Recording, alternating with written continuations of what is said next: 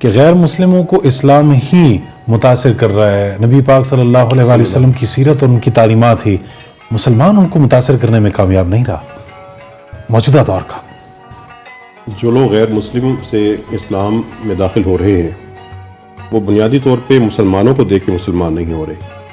وہ سب سے پہلے قرآن کریم کا مطالعہ کرتے ہیں، اور ان میں سے اکثریت بھی قرآن کریم کا مطالعہ اعتراض ڈھونڈنے کے لیے کرتی ہے، اور یہی معجزہ ہے۔ اللہ تعالیٰ نے کہیں بھی یہ نہیں ذکر کیا کہ ہم اس نبی کریم صلی اللہ علیہ وسلم کے بعد کچھ لوگ چھوڑ جائیں گے ان کو دیکھ کے ایمان لانا۔ اللہ تعالیٰ کے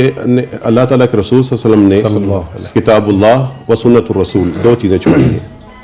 ان کی ہی بنیاد پر اسلام کے معیار کا فیصلہ ہوگا۔ اب جو لوگ